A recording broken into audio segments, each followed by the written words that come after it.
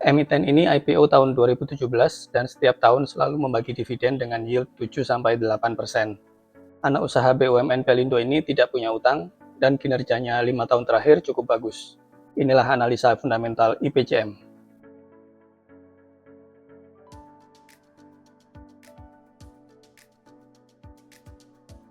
Selamat datang di Investasi Merangkak. Channel ini mendokumentasikan perjalanan saya berinvestasi dengan modal minim. Strategi investasi saham saya adalah dividend investing untuk mendapat dividen rutin dalam jangka panjang. IPCM adalah saham ketujuh dalam portofolio saya dan video ini membahas analisa yang membuat saya tertarik untuk menambahkan IPCM. Mari kita mulai.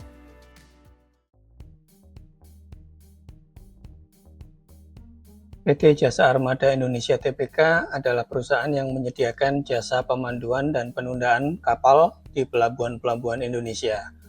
Setiap kali kapal besar masuk atau keluar pelabuhan, kapal itu butuh dipandu dan ditarik oleh kapal-kapal kecil khusus. Kapal-kapal kecil itulah yang IPCM kerjakan. Perusahaan ini adalah anak usaha dari PT Pelindo Jasa Maritim yang merupakan bagian dari grup BUMN Pelindo. PT Jasa Armada Indonesia didirikan tahun 2013 dan go public tahun 2017 dengan kode saham IPCM.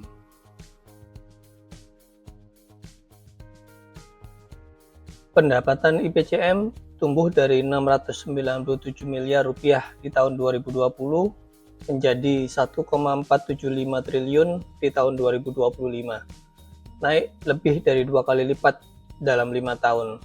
Compound Annual Growth Rate CAGR sekitar 16% per tahun.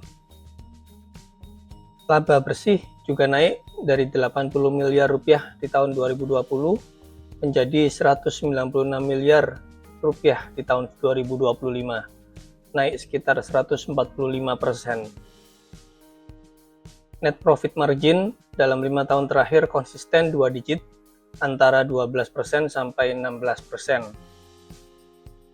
Dalam 5 tahun terakhir, return on asset berkisar 9% sampai 11%, sementara return on equity antara 11% sampai 14%. Memang tidak spektakuler, tapi stabil dan konsisten.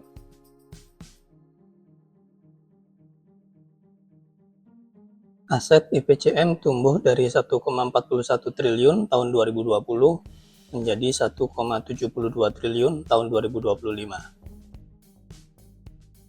Ekuitas juga tumbuh dari 1,09 triliun tahun 2020 menjadi 1,36 triliun tahun 2025. Posisi kas IPCM di Q1 2026 sebesar 611 miliar, sekitar sepertiga dari total asetnya.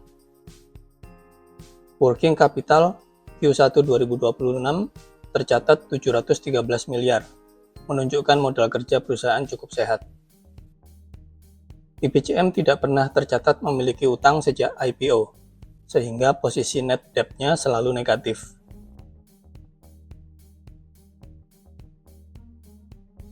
Struktur permodalannya sangat konservatif. Current ratio dan quick ratio 2,8 kali menunjukkan likuiditasnya sangat aman. Aset lancar hampir 3 kali lipat dari kewajiban jangka pendek. Dan Altman Z-score 8,4 mengindikasikan resiko kebangkrutan sangat rendah. Dengan neraca sekuat ini, IPCM memiliki fleksibilitas dalam membayar dividen, melakukan ekspansi armada atau akuisisi, bahkan menghadapi perlambatan ekonomi sekalipun. Ini data arus kas operasi IPCM dalam 6 tahun terakhir. Tahun 2023 sempat mencatat arus kas operasi dan free cash flow negatif.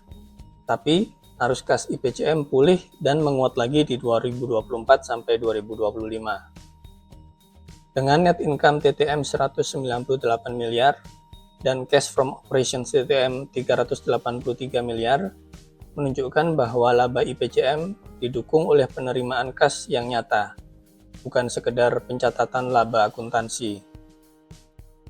Free cash flow sebesar 353 miliar juga sangat kuat.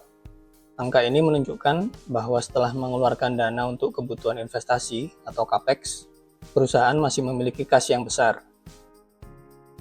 Secara keseluruhan, kualitas cash flow IPCM dalam kategori sehat. PE ratio TTM 8,18 kali, earnings yield 12,23%, PBV 1,15 kali, dan EV to EBITDA 2 kali. Untuk perusahaan yang memiliki neraca sehat, menghasilkan arus kas besar, dan rutin membayar dividen tiap tahun sejak IPO, valuasi IPCM ini saya kategorikan murah.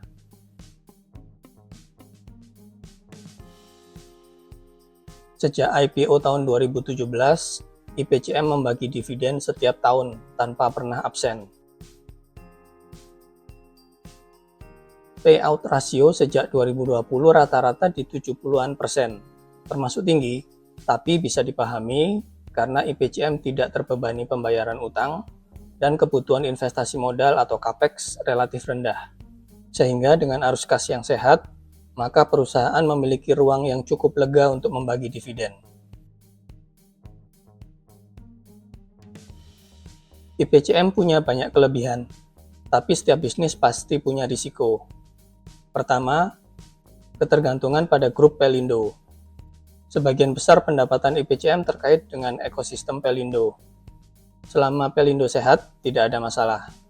Tapi kalau ada perubahan kebijakan di level holding, misalnya restrukturisasi yang mengubah struktur bisnis grup Pelindo, IPCM bisa terdampak secara signifikan.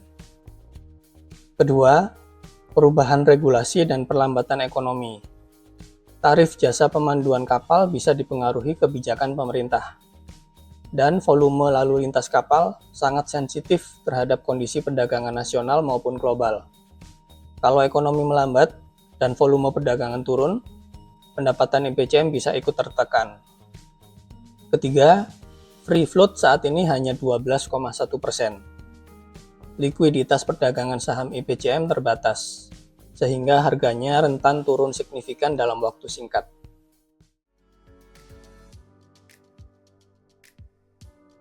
Untuk saya sebagai dividen investor jangka panjang, IPCM bagus untuk masuk dalam portofolio saya dengan 3 alasan. Pertama, bisnisnya di infrastruktur esensial.